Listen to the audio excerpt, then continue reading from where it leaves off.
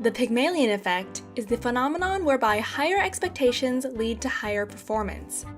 It can be best understood by a circle where our beliefs about another person's abilities influence our actions toward the other person. This action has an impact on the other's beliefs about themselves. The beliefs about themselves cause the other's actions toward us, which again reinforce our beliefs about that person. And so on, and on, and on. Let's look at an example and start with your beliefs.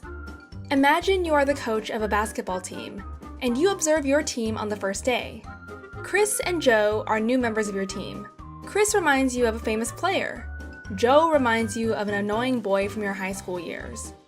Unconsciously, you decide what to expect of each one of them. Your beliefs influence your actions. When Chris enters the court, you are happy to see him. When he plays, you push him to do better, practice harder, stay an extra hour. If he makes a mistake, you explain to him how to improve. When Joe comes in, you hardly notice him. You're glad to see him score, but you don't give him much feedback and don't invest extra time in his training. When Joe does a mistake, you are a little annoyed. Your actions impact their beliefs about themselves. Chris feels you appreciate him, and he appreciates you in return. He believes in his own success. Joe feels you have little patience and appreciation for him. He does not believe in his own success. Their beliefs about themselves causes their actions toward you.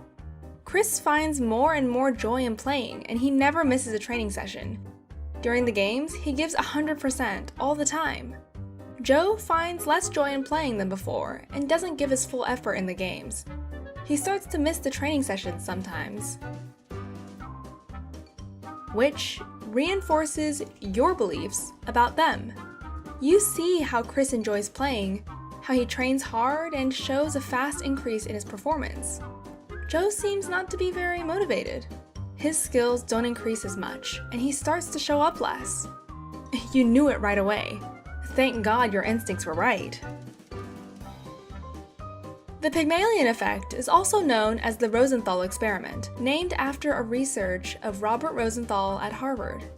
In a first study, he challenged test subjects to coach rats through a maze. Half the group were told their rats were extremely intelligent and specifically trained. The other half were told that their rats were dumb. In fact, the rats were all the same. During the experiment, however, the smart rats performed well better than the dumb ones. This showed how the expectations of the coaches influenced even the performance of rats. Rosenthal then did the Pygmalion in School study together with Lenore Jacobson. At the beginning of the school year, a group of elementary school teachers were told that some of their new pupils had extraordinary talent and potential. This information, which was completely made up, was given about random average students in each class. All students had done the IQ test in advance. By the end of the year, the students that were described as more talented had significantly increased their performance in the IQ test compared to the rest of the class. Robert Rosenthal concluded, "When we expect certain behaviors of others, we are likely to act in ways that make the expected behavior more likely to occur." What do you think about this theory?